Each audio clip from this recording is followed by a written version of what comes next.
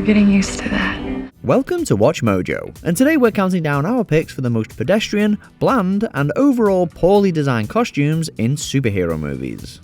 I don't want no beef. You want no beef? You don't want no beef? You don't want no beef? Number 30. Quicksilver, Avengers Age of Ultron. Mr. Stark. It's what, comfortable?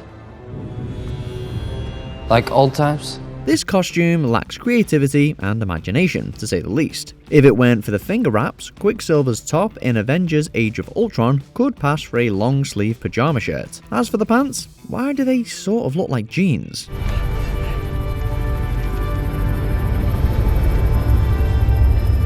For a character with superhuman speed, you'd think he'd wear something a little more flexible and comfortable. We're not sure why they didn't take a page out of the comics for Quicksilver's costume in this film. Doing so would have made his outfit look way less bland and a lot more functional. Number 29. Blackheart, Ghost Rider. He thinks you're better than me? I don't know who's more pathetic. You or him? While this demon's makeup gets the job done, the costume leaves a lot to be desired. Blackheart's look in Ghost Rider comes off as a bit too generic. His all-black outfit includes a scarf, which was not a feature in his comic book design. You have his heart.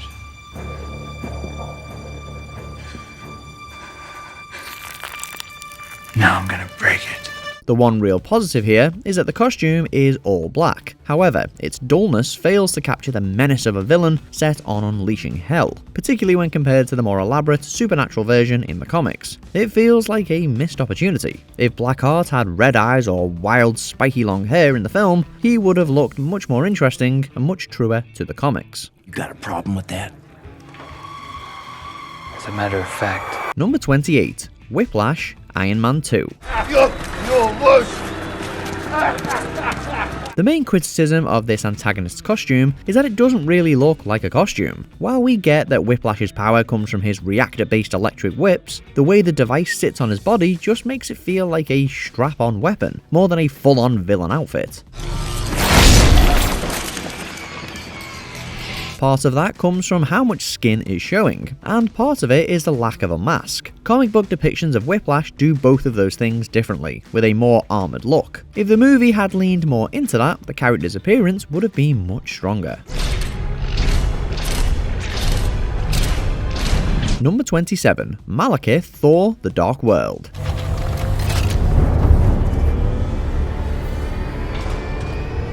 In the comics, Malekith the Accursed is often portrayed with long hair and a half-blue, half-black face. His costume often has a half-and-half colour scheme as well. However, we don't get any of that in the movie Thor: The Dark World.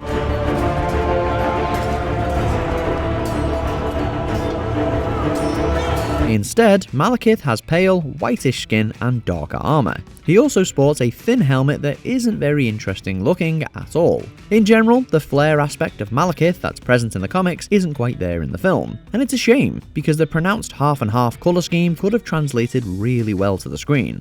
I am Malekith, and I would have what is mine. Number 26. Everyone, Eternals.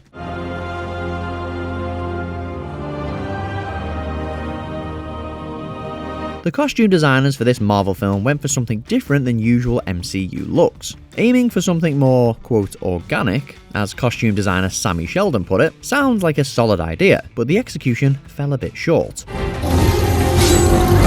The costumes come off as sort of metal-like, but are also very colourful. That combo doesn't quite nail the organic vibe, since the outfits end up looking a bit too clunky and futuristic. And when you compare all the Eternals costumes side by side, there's a clear lack of commitment. Like the designs can't decide whether to feel unified or totally individualised. There is a lot of untapped potential here. Honestly, it's the colours that keep them from being a total miss. All the things you said you wanted, you can have them.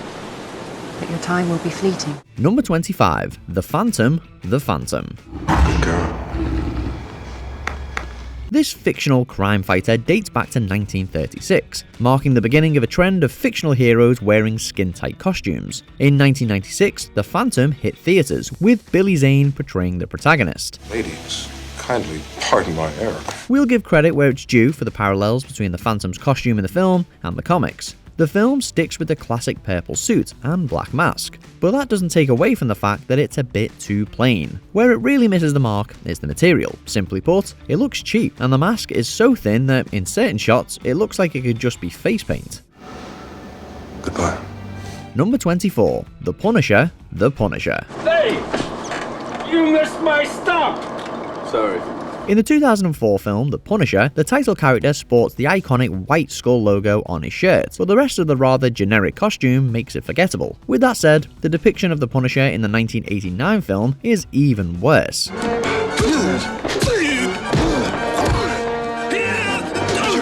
It's missing the big white skull logo across the character's chest. In fact, it's hardly a costume at all, it's just flat out basic. Sure, this anti-hero didn't need the most elaborate costume, but something a little more distinctive, like in some of the Punisher comics, would have made a big difference. Mr. P! Happy hunting! Number 23. Nuclear Man, Superman 4, The Quest for Peace. I'm you are. I'm a genius. Let's just say this was a forgettable Superman movie. One of the downsides is Nuclear Man. But for such a menacing threat to Superman and the world as a whole, he sure doesn't look like it. Not only does his appearance not scream villain by any means, but the costume also just comes off as tacky and cheap.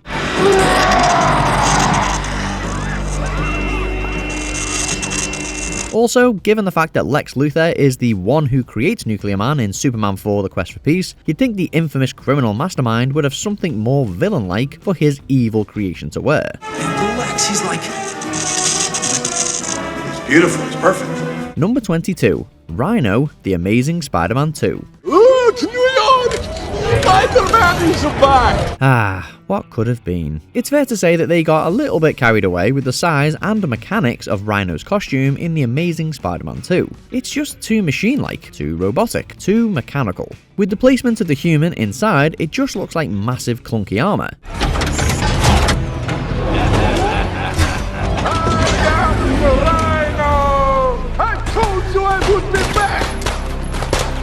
Why not go with the much more fitting, artificial skin look of Rhino from the comics? That would have made the antagonist not only look cooler and naturally muscular, but more like a, well, Rhino. Even Sony admitted that The Amazing Spider-Man 2's Rhino was bad. On behalf of the fine people of New York City and real rhinos everywhere, I ask you to put your mechanized paws in the air. Never! Number 21. The New Goblin, Spider-Man 3.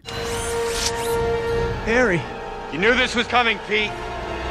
What happened to the greener, more goblin-looking costume from the first movie in Sam Raimi's Spider-Man trilogy? Some of the later Spider-Man films tried to get too cute and missed the mark. The Green Goblin in The Amazing Spider-Man 2 is just one example of that, not green enough and lacking the iconic Green Goblin mask with the yellow eyes. But it's the New Goblin in Spider-Man 3 that's the worst of the bunch. What are you gonna do?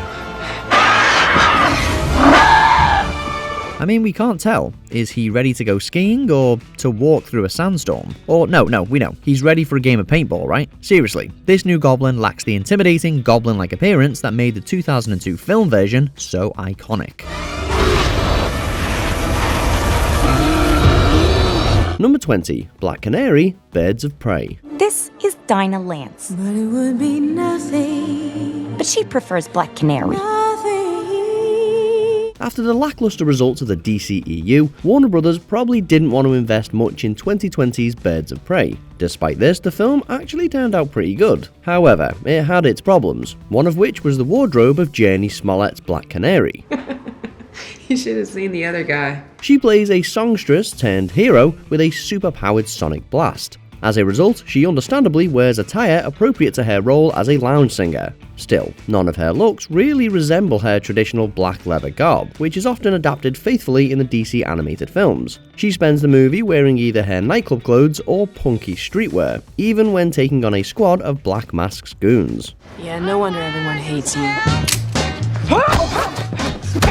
Number 19. General Zod, Superman 2. Who is this imbecile? Where is he? This movie may be a beloved early entry in the superhero genre, but can we all agree that the costumes are utterly absurd? General Zod and his squad of Kryptonian soldiers sport black jumpsuits that look like they were pulled out of the closet of a disco band. Oh, baby!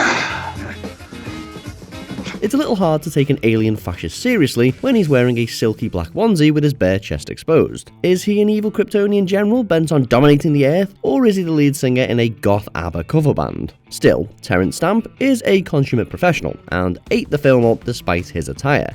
Fragile sort of life this is. Number 18. The Fantastic Four, Fantastic. I'm no good to you, to anyone. This is all my fault. That we can agree on.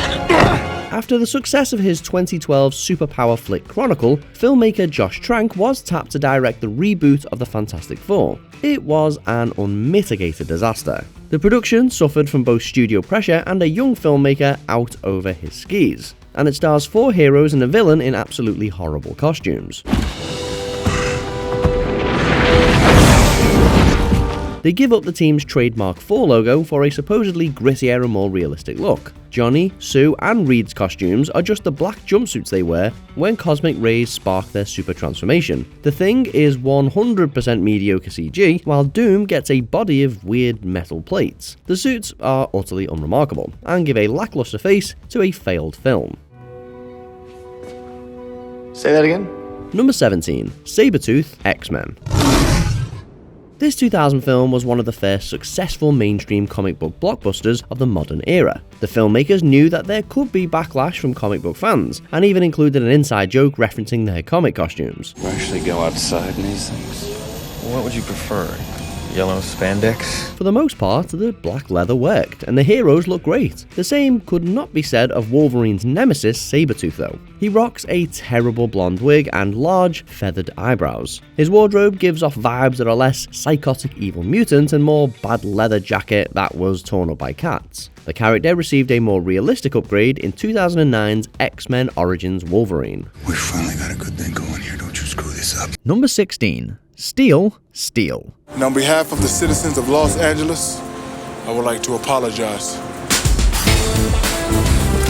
There's a lot to say about this movie, or not a lot, depending on how you look at it. One of the various negatives is Steel's costume. Is his armor really made from steel? Because at times, it doesn't look like it. With the shape of the bulky armor, there's sort of a medieval knight vibe going on here, and that mask is not cool at all. Now put the gun down and there won't be any trouble. They seriously couldn't do any better than that? Overall, the costume is too simplistic and looks cheap and unpolished. We bet Shaq would have been more than okay with wearing something that more closely resembles the comics.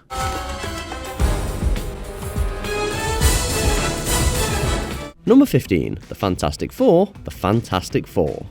What kind of a thing have I turned into? This disastrously bad unreleased film from 1994 makes even 2015's Fantastic look good. It was intended to be a low-budget schlockfest, and in that regard, it was a wild success. I've been wanting to blow up that destructor way since I was a kid, huh? Blame on! The low-effort costumes are something out of a Hollywood Boulevard nightmare. The blue spandex suits, festooned with white embellishments like gloves, turtlenecks and belts, might be comic book accurate, but that doesn't mean they look good on screen. From Johnny's horrific early CGI to Thing's horrible bodysuit to Doom's clearly plastic armor, the costumes are a miss from start to finish. You look like a dork! Number 14. Barbed Wire, Barbed Wire. Here's your little pride and joy. Before Wesley Snipes' Blade ushered in the dominance of the superhero genre, Baywatch star Pam Anderson brought this dark horse comic character to life. The film was an example of how being faithful to the source material can be a huge mistake. That was nice kicking. You really know your stuff, babe.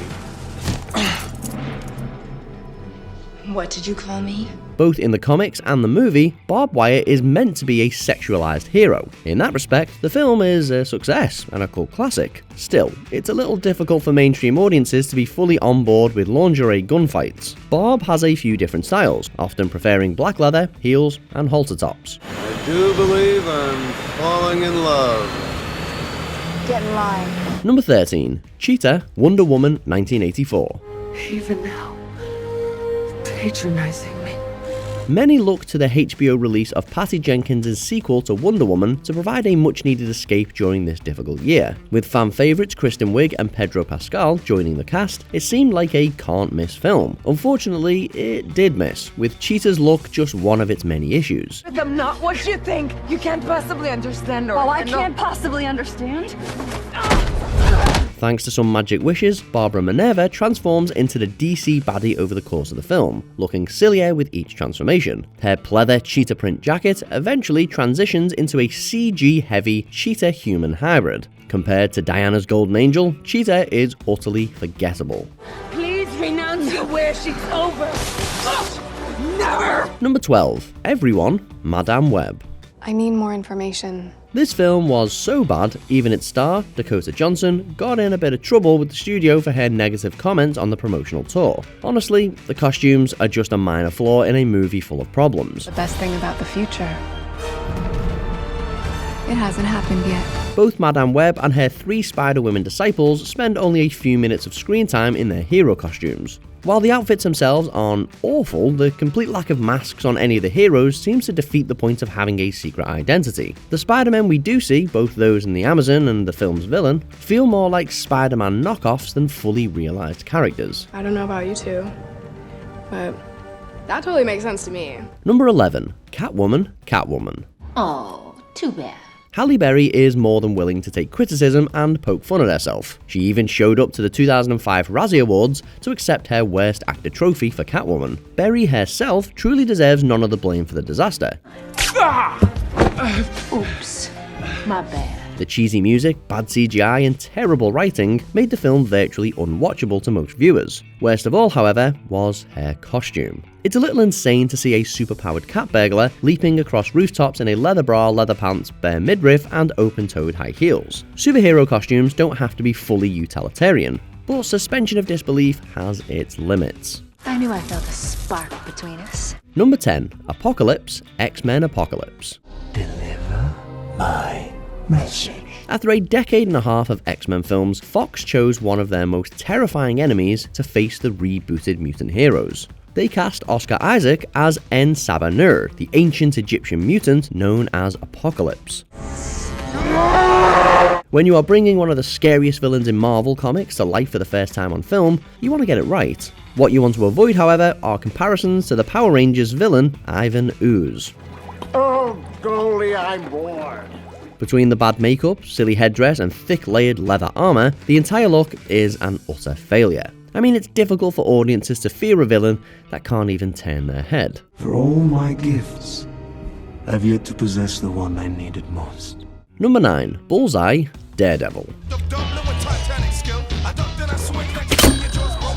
The costume of this Marvel Comics villain is understandably difficult to translate to the big screen. In the comics, the deadly assassin sports a full bodysuit complete with a white target on his head. I mean, it's a little silly, so when he made his film debut in 2003's Daredevil, the filmmakers understandably wanted to go in a different direction. I missed. I never miss. Unfortunately, the direction they chose was bonkers. They swapped the bodysuit for a massive fake gator skin overcoat. When out in public, he wears a simple black beanie, concealing a target-shaped scar on his forehead. Bullseye's look, from head to toe, is pure 2000s schlock. I'm magic. Number 8. Juggernaut, X-Men The Last Stand. Don't you know who I am? I'm the Juggernaut, bitch! After the much-lauded sequel, X2, the third installment of the X-Men films nearly ended the franchise. Among its many faults is the look of Vinnie Jones's Juggernaut. The ex-football star turned actor was forced into an absolutely ridiculous bodysuit. Go inside and get the boy and kill him. With pleasure. While the comic version of Juggernaut obviously takes major liberties with human proportions, this adaptation is, well, it's just weird. The skin and hair look fake, and his chest straps look like cheap BDSM gear. And worst of all is his helmet. The helmet of Cyttorak is a majorly important object in Marvel Comics. The film version is meant to be carved out of solid stone. Instead, it clearly looks to have been carved from styrofoam. So how are we supposed to get there? Because I don't swim. Number 7. Selena, Supergirl. I am Selena. Modern day audiences can be forgiven for forgetting all about the 1984 Supergirl film, until she was referenced in The Flash. It was meant to be a direct sequel to the Dick Donner Superman films, though Christopher Reeve refused to appear in a cameo. While Supergirl's costume is a fairly solid replication of her comic book look, the same cannot be said of the movie's villain Selena. One false step, Bluebird.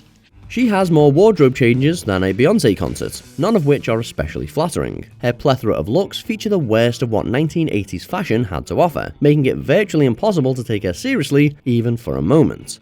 What a touching scene. Number 6. The Joker, Suicide Squad. I'm not gonna kill you.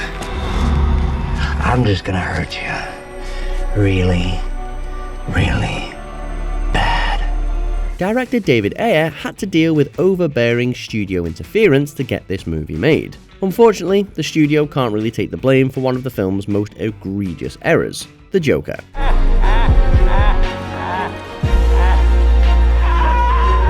In addition to Jared Leto's supposed behind-the-scenes antics alienating his co-stars, his look was something out of a nightmare.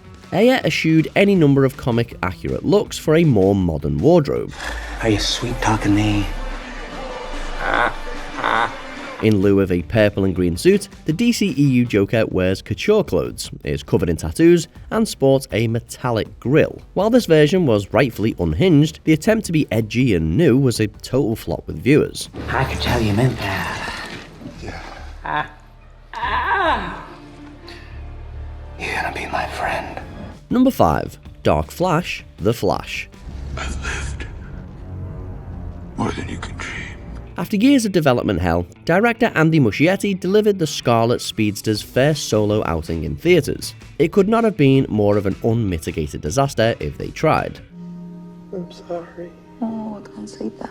The many criticisms of the film extend to the wardrobe, especially the villain Dark Flash. I mean, what is even going on with this look? Admittedly, part of the problem is that the most pivotal scene, the infamous Chrono Bowl, is a CGI-heavy mess where the characters get lost against the overly busy background.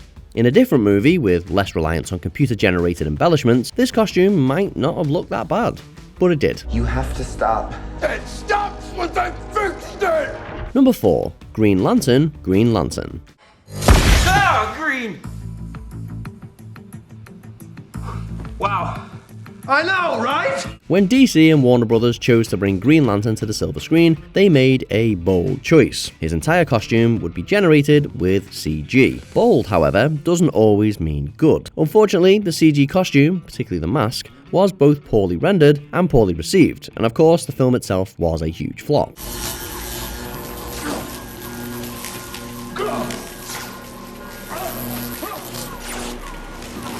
Since its release, star Ryan Reynolds has repeatedly made fun of both the movie and the costume.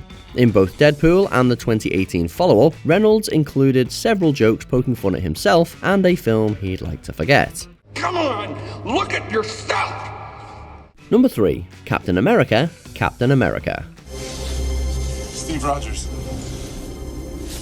We've met. 20 years before his first appearance in the MCU, the Star-Spangled Hero made his debut in a straight-to-video cheesefest. The low-budget Marvel film leaned hard into its comic book origins, choosing to give Steve Rogers a comic-accurate look. Unfortunately, on camera, it reads like a cheap rubber Halloween costume. Mr. President!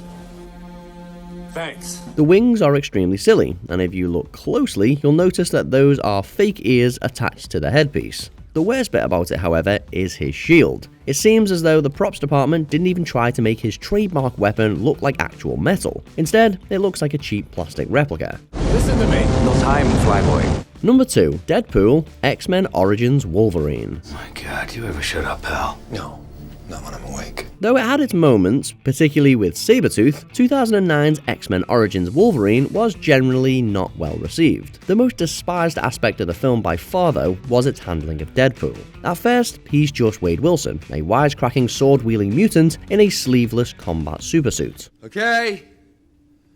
People are dead. Later, however, their experiments on Deadpool absolutely ruin the character. They choose to play with his trademark wit by literally sewing his mouth shut. Instead of a costume, they have him bare-chested, scarred, and retractable swords coming from his arms, and Cyclops' optic blast. I mean, everything about the character and his look was an insult to the beloved Merc with a mouth, and, like Green Lantern, Reynolds would later poke fun at himself. You're welcome, Canada. Before we continue, be sure to subscribe to our channel and ring the bell to get notified about our latest videos. You have the option to be notified for occasional videos or all of them. If you're on your phone, make sure you go into your settings and switch on notifications. Number 1. Batman and Robin, Batman and Robin. Just just what I had in mind. The Joel Schumacher Batman movies of the 1990s combined the camp of the 1960s TV show with the aesthetic of Tim Burton's 1989 update. The result was a pair of very messy movies. Batman and Robin was by far the worst when it came to wardrobe. Enough monkey business. We've got work to do. Monkey work. The villains, Poison Ivy and Mr. Freeze, went in opposite directions. Ivy wore a very plain green spandex suit and sported a nightmarish hairdo inspired by the 60s.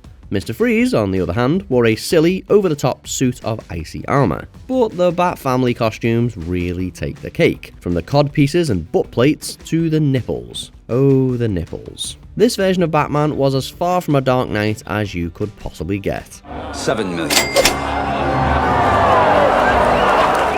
Never leave the cave without it. Did you enjoy this video? Check out these other clips from WatchMojo and be sure to subscribe and ring the bell to be notified about our latest videos. I don't get it. A little fine tuning, you could have made a solid paycheck.